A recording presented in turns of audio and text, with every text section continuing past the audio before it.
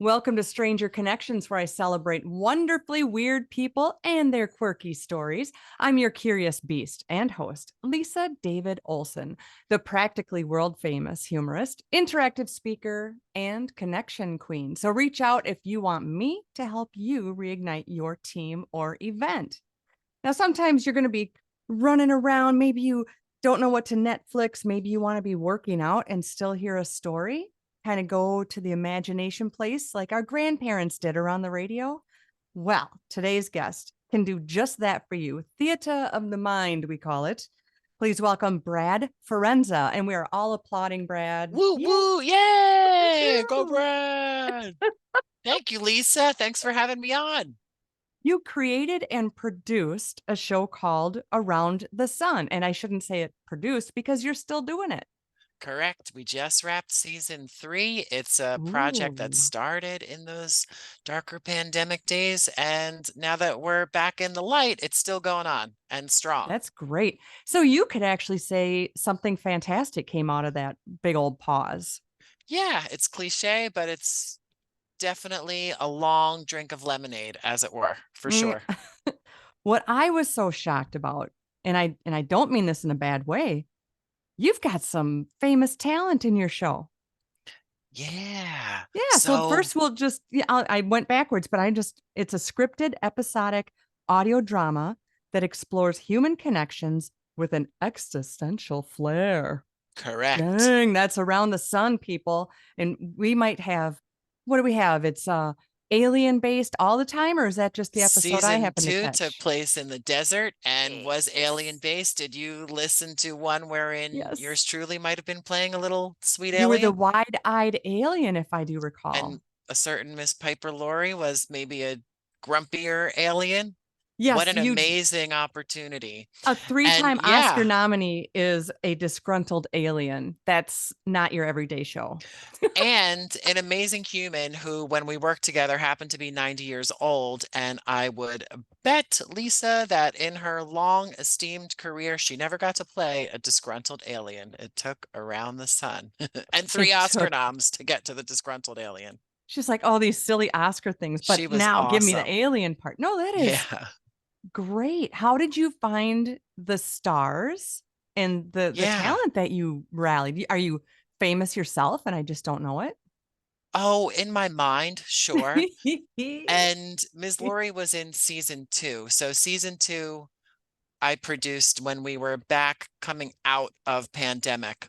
That's a season that was produced exclusively for the audio drama medium. But season 1, which happened in the days of quarantine and social distancing and all that stuff, that was produced, in that time. And to your question about the talent, I had the privilege of working with some of those folks. I live just outside of New York City. If Jersey City were in New York, it would be another borough. Suffice it to say, I had the privilege of working with, half a dozen or so really awesomely talented but generous of time and spirit mentors, coaches. Marsha Mason, Austin Pendleton, Vincent Pastore, Maureen Van Zant, my beautiful cousin Dolores Catania from the Real Housewives of New Jersey. They all lent their Oh, time oh, oh. to this project, and it's not lost on me that that's what two things. It's not lost on me that that's what enables Piper Laurie to say yes in season 2 and others like her. And also, it's not lost on me that we wouldn't be talking today without the buy-in of those people. Oh, true. And Yeah. I want to hear the pitch of how you get, I'm looking for Carol Burnett for my Okay. podcast. So I know you're a I, Carol Burnett fan, and yes, yes, who isn't? I know she's tough to get, lovely to yes. meet, tough to get. Oh, this is why I tell everyone. So let's say I get to get her on the phone, which Carol, if you're listening, call me. And what would be my pitch be to someone of her caliber to try and get her to help be on an audio show and play an alien or something else? Well, again, I'll start with the people who knew me, trusted me, and I know you're lovely and I would trust you to the end of the earth, Lisa.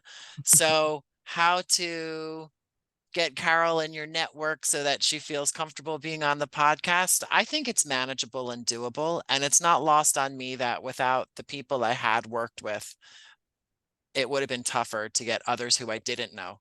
And because they trusted my intentions, they liked the writing, it was quick to yes. Also, in that first season, quick to yes was helped by what the heck else is going on in the world? We have to stay inside and not be with people. So I'm grateful for that.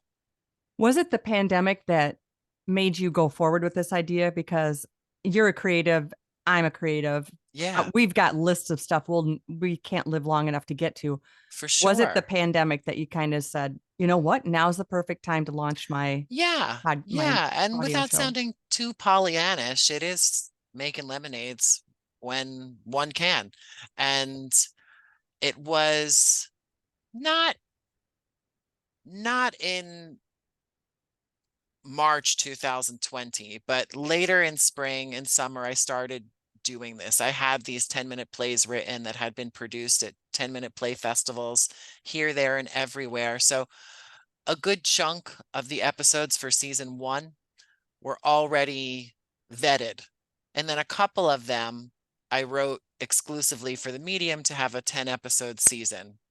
And then season two, which did take place in the desert, that was all written expressly for the audio drama podcast landscape. And now season three, which takes place in a snowy mountain region, just wrapped production. It's going to be out in fall 2023. Ooh. Yeah, all the seasons are location based. And the third season, like the second, was produced just for this medium, which is a really cool talent and skill to develop, as opposed to developing pieces slowly over time. And it's the process, it's the process, it's the process, like I had done with those 10-minute plays that had been vetted for years and years before the pandemic came. Mm. And through the good graces of my mentors and beautiful cousin, I was able to turn them into audio drama, Oh, self-contained episodes yeah, with a little bit of tweaking. it is so fun to create, I and that's, agree.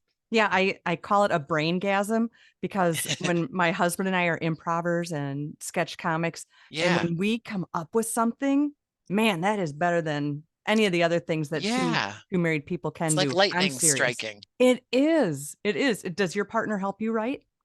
He is an amazing co-producer for pre-production. He plays every single character, including disgruntled aliens, including my father, my sister, my brother, all of the above.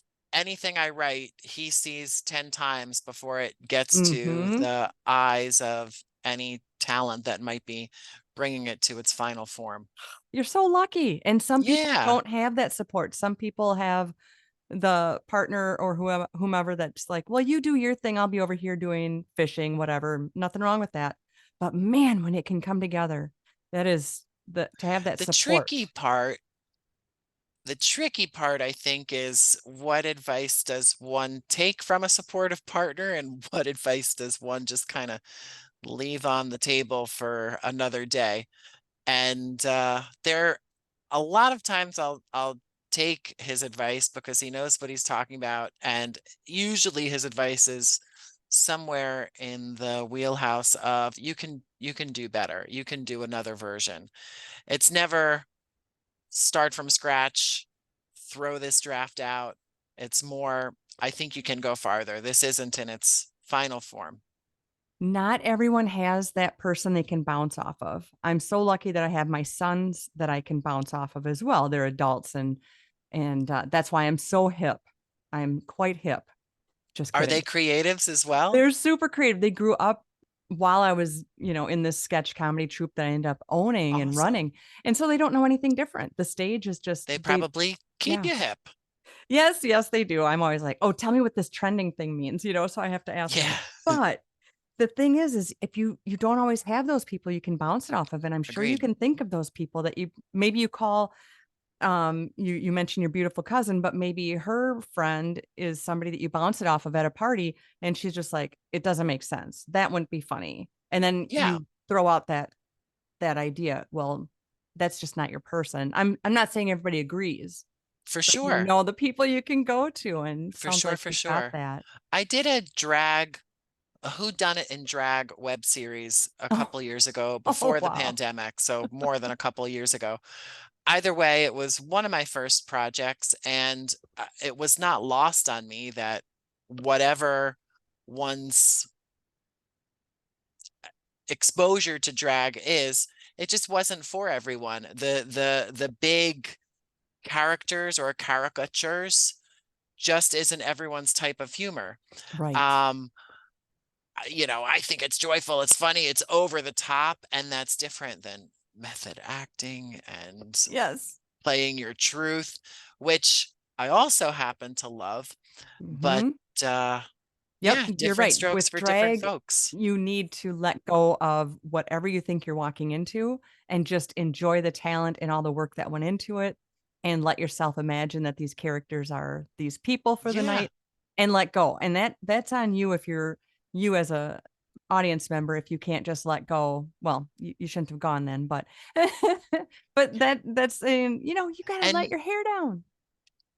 it takes all kinds. And in Around the Sun, gee, we're pushing 30 episodes now, which as Wow. a mostly, I mean, no one does it alone, No. but as a mostly one dude shop, it's just the fact that we're creeping up to 30 is amazing to me. Yes. I'll leave it to your listeners to decide if they like what I'm pushing.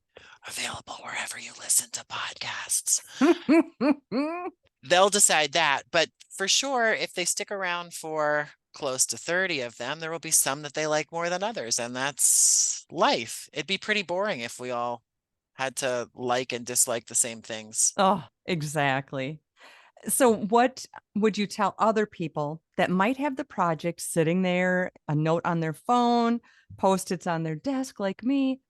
What is the best advice in making something become, or your writing, or what is the step you can give us? Gotcha. I would say, and it's easier said than done, just do it. And I don't get any kickbacks from any company that might have a similar slogan or once had a similar slogan, but just do it.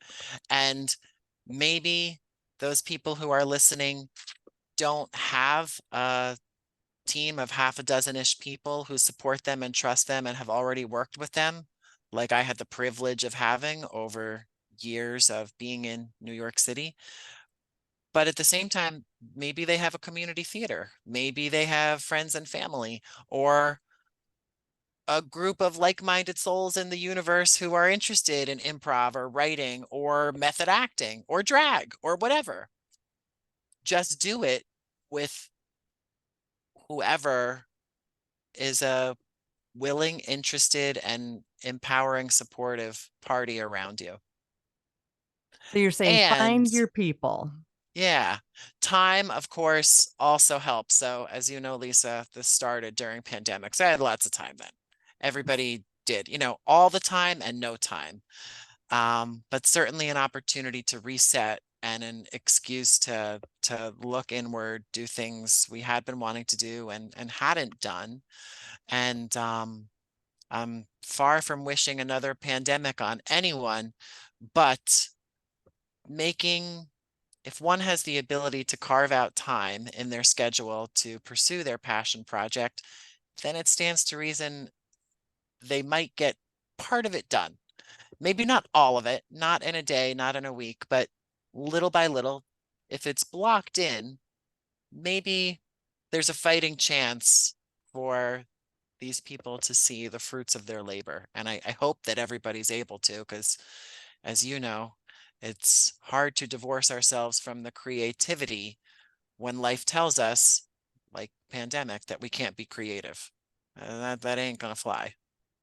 Well said. It's true. And what if the world didn't get your message or your project, or it sat there? Maybe it's making a difference to even one person. That's why I always encourage people Yeah. to get your talk on the stage or get your book started.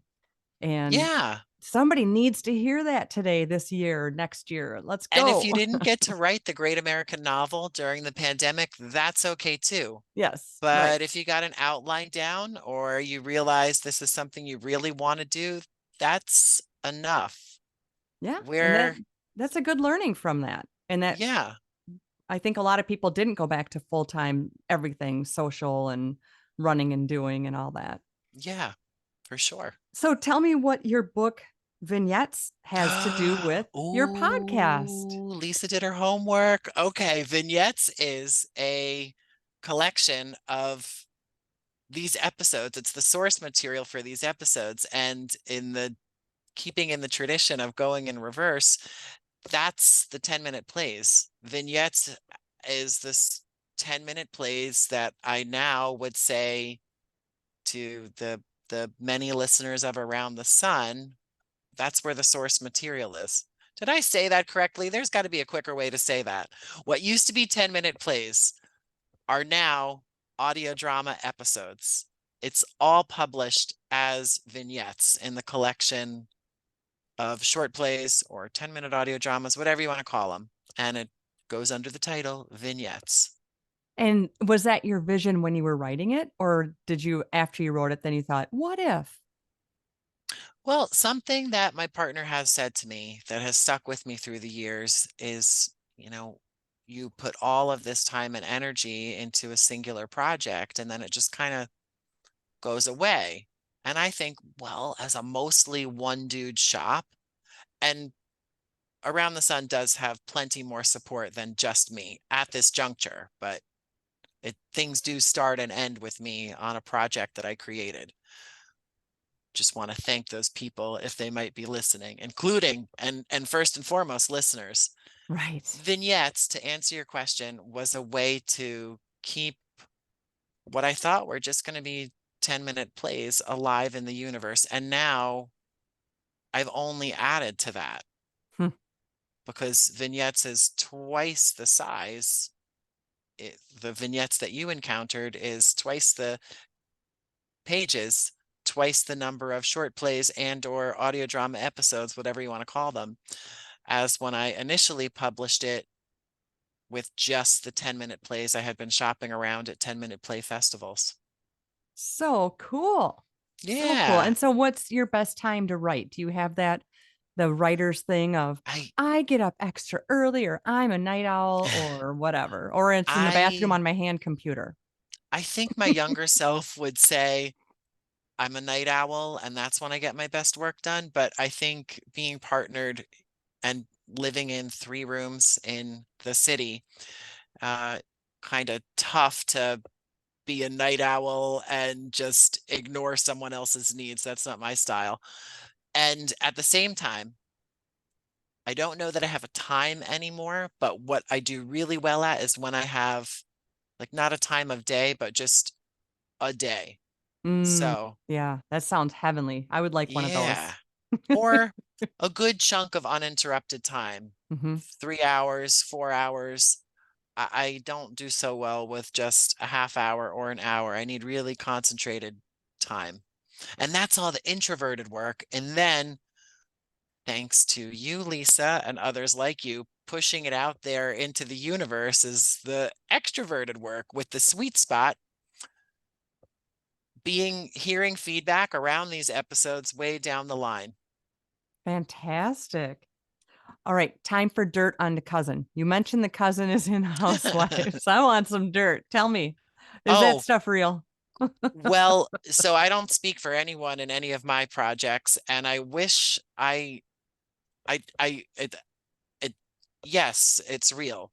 And I'm not a real housewife, but by every string that I can pull together, it's real. And I'm extrapolating here. I've never done reality television, but my assumption is that they keep these people together for long periods of time. And my assumption is that that's kind of what drives the drama, just the endless hours and exhaustion from being with the same group of people for days, weeks, months on end with not much breathing room. But again, I'm not one of those people. However, I think it's some of the highest drama we have going on television, for better or worse. So are you a fan, or is it because it's your cousin you're I'm watching? totally a fan. Yeah. Both. I wouldn't be watching without my cousin, and at the same time, I am totally a fan. She got me hooked. Yes. That's so cool. Now, is she listening to your show? Let's call that out. Yes, she Okay. is, and promoting it here and there. Yes. So when you have your episodes and you have your actors, is there ever an improv moment that pops out that you keep in, or are you by the book? Lots, Yeah. lots. Yeah, gee, improv moments. I'm thinking of one that I had the great privilege of directing with Alicia Reiner from Orange is the New Black. She played Fig, and David Allen Bache from The X's. All of these people, Alicia, David, everyone, we know them for their main project, but their resumes are voluminous to a person. Anyway, they played a bickering husband and wife in season 1, episode 5. And I remember encouraging them. We were talking about Who's Afraid of Virginia Woolf, and that there's some underlying sexual tension below this narrative, below this argument.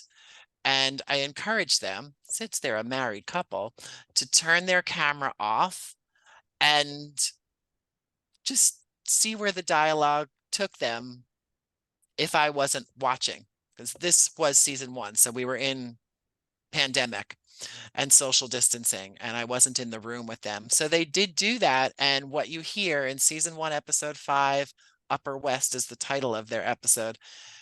The cut that I used for that stretch of their argument in the episode is them doing whatever was truthful for them as it related to the sexual tension below the argument when the camera was off. Ooh. Did the Lovely term people. "put the seat down" come up? It did not. It did not. Alicia's character was trying to get a book from David's character, and David's character was holding tight to the book in defense of their unseen child. Oh, Yeah, yeah. nice hook. Oh, It's a we gotta check comedy. that out. It's quite a Yes, broad comedy. that is so cool. Oh man, this has been fun, Brad. And now it's already time for me to ask you if you would share a dare or a prank story, one that you've done or had done to you. Okay. Well, I had the opportunity to think about this before joining you today, Lisa, and I agree that pranks are soul food. Pranks are affection, can be. And the one I'm settling on is a college friend who I haven't kept pace with in recent years. A lovely person, just people have families, live in different regions, life goes different ways. But we were part of a team of orientation leaders introducing first year students to campus. And we had to put on this skit that was scripted, and we were told, stick to the script, stick to the script. So you'll like this as an improviser. And I played a professor, and my friend Melissa played a student who just needed like some extra help and guidance in her life. And one of the lines was, if you create a planner, you could be really great and rock this college thing. You could be Eleanor Roosevelt. And I love Eleanor Roosevelt. Most people do. Uh, she married well. She's an icon in her own right. She did pretty But good. yeah, I felt like this needs to be updated. And while a lovely human, I would think, what's fun about the name Eleanor Roosevelt? Everybody's kind of expecting it at a certain point. So I threw in funny names from night to night. You could be Fanny Flagg, you could be Shaka Khan, just random names. And I grew up with heavy influence from my grandparents, so Melissa likely didn't know who these people were, but then she started throwing back really contemporary names.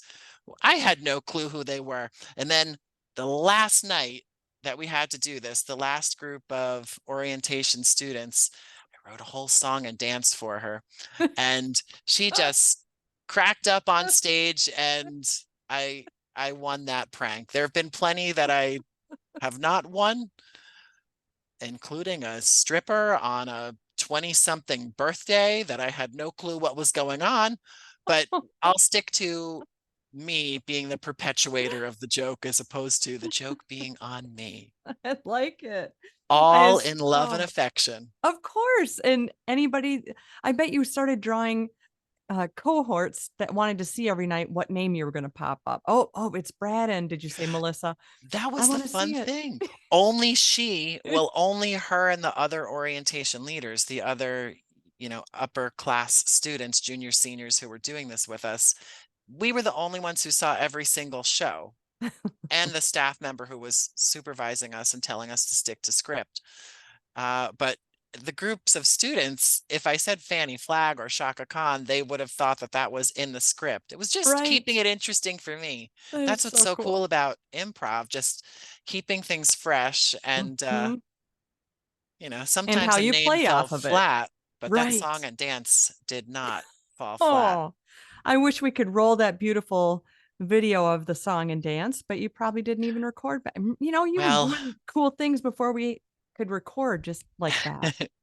I think I had a cell phone, and at the same time, I was just saying to someone, I got a cell phone my junior year of college. So probably it was a flip phone that did not have the capability of taking video in a nanosecond or at the drop of a hat. Well, I think we look for Melissa. We record your song and dance and, send it to her and just say, hey, we just talked about you, thinking about you. Who wouldn't want I will that? definitely share this episode with her, Lisa. Nice. And thank you for helping me share Around the Sun, which is available wherever your awesome listeners get their podcasts. And keep listening to Lisa. And then after Lisa, you are can listen to Around the Sun. Oh my God. And you also have a website for it. Yes. Around the Sun podcast.com and then authenticallybrad.com, right? That's me. Yep. That's where we can look for the book if we want to do that. You can find vignettes there, and you'll also find some other projects like that drag project, like my first short film, which did feature that wonderful cousin. So cool. Well, I am honored to have chatted with you, Brad Forenza. And remember that we can only be strangers once. And I invite you to stay weird. I love it. And I will never think of pranks the same. Thank you, Lisa. Thank you, Brad.